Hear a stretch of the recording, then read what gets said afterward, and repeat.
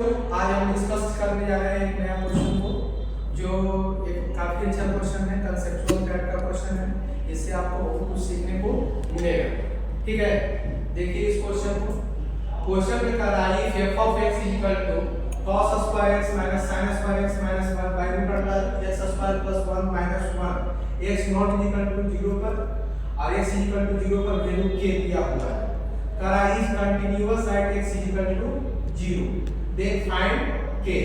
यहाँ फंक्शन में कह रहा है कि फंक्शन मेरा कंटीन्यूअस है, तो फंक्शन कंटीन्यूअस तभी होता है जब उसका लिमिटिंग वैल्यू ऑफ फंक्शन के इक्वल होता है। लिमिटिंग वैल्यू और वैल्यू ऑफ फंक्शन जब इक्वल होगा तभी मेरा फंक्शन कंटीन्यूअस होगा। अगर लिमिटिंग वैल्यू ऑफ फंक्शन के बराबर नहीं होगा तो मेरा फंक्शन कंटीन्यूअस नहीं होगा। इस क्वेश्चन में ही बोल रहा है कि मेरा फंक्शन कंटीन्यूअस है। कंटीन्यूअस होने का मतलब ही है कि फंक्शन लिमिटिंग वैल्यू इसका वैल्यू ऑफ फंक्शन के इक्वल होगा। इसलिए यहाँ लिखेंगे हमको k का वैल्यू फाइंड करना है, यानी इसका value of function limiting value के बराबर आ जाएगा। तो लिमिटिंग वैल्यू यहाँ इससे हम फाइंड करेंगे, क्योंकि यहाँ x नॉट इक्वल टू 0 दिया हुआ है, तो लिमिटिंग वैल्यू इस पर हमको लेना पड़ेगा। और वैल्यू ऑफ फंक्शन कहाँ दिया हुआ है, x equal to 0 exact value हमको k दिया हुआ है। तो वैल्यू ऑफ फंक्शन मेरा ऑलरेडी वैल्यू क्या दिया हुआ है, k के बराबर दिया हुआ है। यानी लिखेंगे f of x is continuous at point x is equal to 0 पर। x is equal to 0 पर मेरा फंक्शन कंटीन्यूअस है, इसका लिमिटिंग वैल्यू ऑफ फंक्शन के इक्वल होगा। तो क्या लिखेंगे, limit x tends to 0 f of x is equal to f of 0। इसके वैल्यू ऑफ फंक्शन के बराबर आ जाएगा।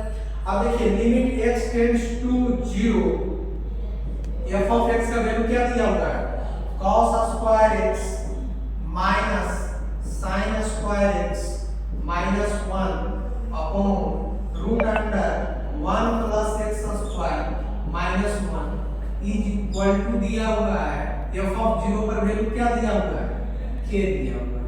ठीक है, अब हम एक फार्मूला जानते हैं ट्रिग्नोमेट्री में, cos square x minus sin square x equal to होता है cos 2x।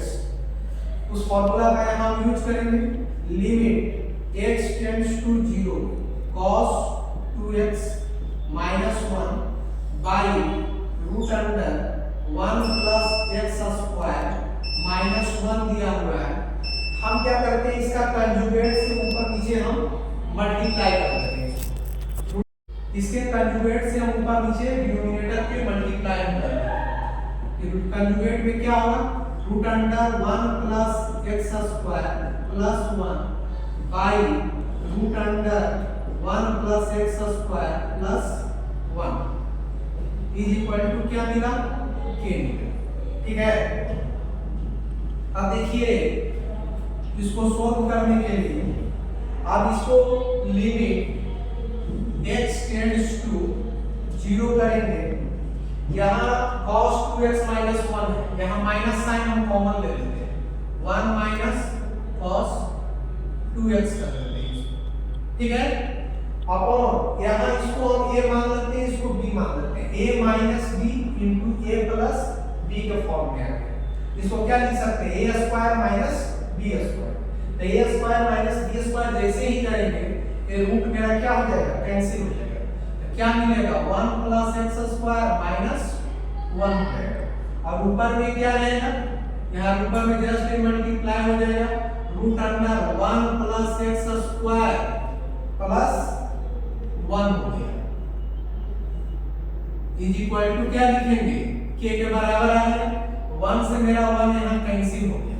ठीक है, अब देखिए limit x tends to 0 minus sine हम कर रहे हैं, माइनस साइन रहेगा और 1 माइनस cos 2x क्या हो जाएगा, 2 sin स्क्वायर x हो जाएगा into root under 1 plus x square plus 1 हो जाएगा और बाई क्या मिला, x स्क्वायर मिला इज इक्वल टू क्या आ गया, k के इक्वल आ गया। अब देखिए sine limit theta tends to 0 sin theta by theta का वैल्यू क्या होता है, 1 होता है। यहाँ limit x tends to 0 sin square x by x square का वैल्यू क्या हो जाएगा, 1 हो जाएगा। यहाँ क्या लिखेंगे, 2 into इसको 1 का स्क्वायर, यहाँ x टेंड्स टू 0 जीरो रखते हैं 1 प्लस जीरो जीरो आ जाएगा, रूट अंडर 1 का वैल्यू 1 होगा। फिर प्लस 1 करेंगे 1 आएगा, 1 प्लस 1 2 आ जाएगा। इंडिटरमिनेट फॉर्म में नहीं आ रहा है मेरा फंक्शन, यानी डायरेक्ट हम वैल्यू और लिमिटिंग वैल्यू पुट कर सकते हैं इसमें। अब लिमिटिंग वैल्यू पुट कीजिए, फार्मूला डायरेक्ट में होगा क्या होगा -2 into 1 का स्क्वायर into ये क्या आ जाएगा रूट अंडर 1 प्लस 0 का स्क्वायर है अब प्लस 1 इक्वल टू क्या मिलेगा k आ जाएगा। और 2 into 1 का स्क्वायर क्या मिला 2 मिला, यहाँ हो जाएगा -2 रूट अंडर 1 का वैल्यू 1 1 प्लस 1 क्या आ जाएगा 2 हो जाएगा इक्वल टू k 2 into 2 क्या आ जाएगा 4 -4 इक्वल टू k मिला। ठीक है, तो यहाँ से k इक्वल टू क्या हो गया -4।